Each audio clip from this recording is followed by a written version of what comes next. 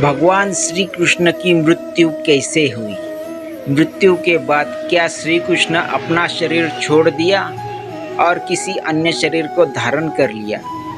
क्योंकि वो तो भगवान विष्णु के अवतार थे। उनके शरीर का दाह संस्कार किसने किया? ये ऐसे सवाल है जिनका जवाब जानने की जिज्ञासा हर किसी के मन में होती है। आखिर भगवान होते हुए भी श्री कृष्ण की मृत्यु कैसे हो गई? कहते हैं कि भगवान कृष्ण का जन्म 3112 ईसा पूर्व में हुआ था। वैसे तो श्री कृष्ण का जन्म मथुरा में हुआ था, लेकिन उनका बचपन गोकुल, वृंदावन, नंदगांव आदि जगहों पर बीता।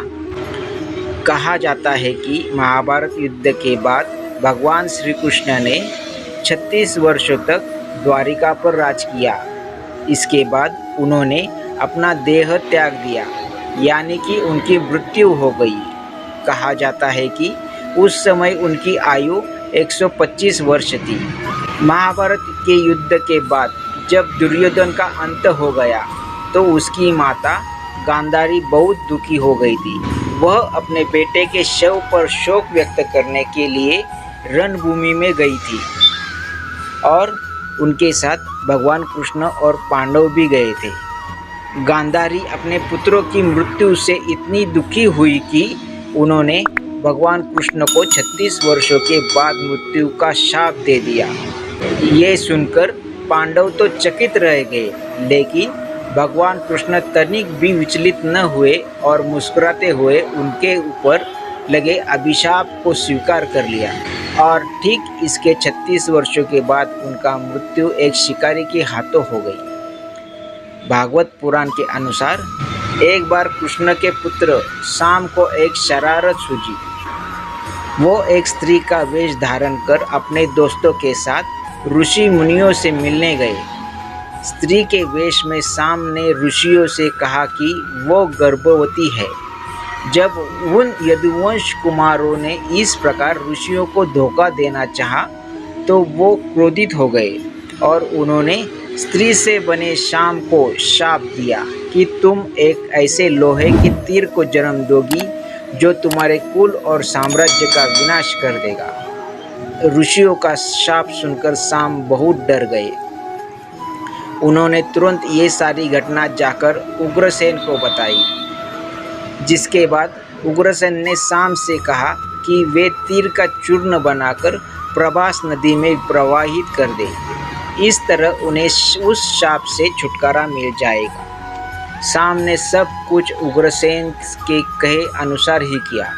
साथ ही उग्रसेन ने यह भी आदेश पारित कर दिया कि यादव राज्य में किसी भी प्रकार की नशीली सामग्रियों का ना तो उत्पादन किया जाएगा और ना ही वितरण होगा।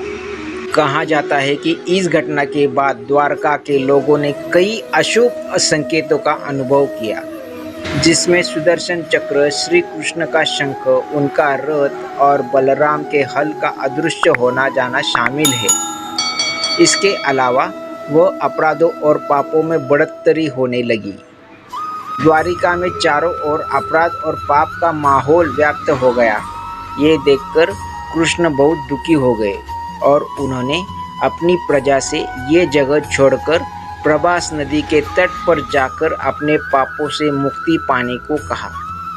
इसके बाद सब लोग उनकी बात मानकर प्रभास नदी के तट पर गए, लेकिन वहां जाकर सभी मदिरा के नशे में चूर हो गए और एक दूसरे से बहस करने लगे।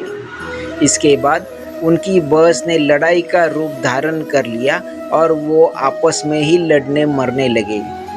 इस तरह आपस में ही लड़कर सभी लोग मारे गए। कहते हैं कि इस घटना के कुछ दिनों बाद ही बलराम की भी मृत्यु हो गई। भागवत पुराण के अनुसार भगवान श्री कृष्ण एक दिन एक पीपल के पेड़ के नीचे विश्राम कर रहे थे। तभी जरा नामक एक बहेलिये ने श्री कृष्ण को हिरण समझकर दूर से ही उन पर तीर चला दिया, जिससे उनकी मृत्यु हो गई। आपको बता दें कि ऋषि द्वारा कृष्ण के पुत्र शाम को दिए गए शाप के अनुसार श्री कृष्ण को लगे तीर में उसी लोहे के तीर का अंश था जो शाम के पेट से निकला था और जिसे उग्रसेन ने चूर्ण बनाकर नदी में प्रवाहित कर दिया था।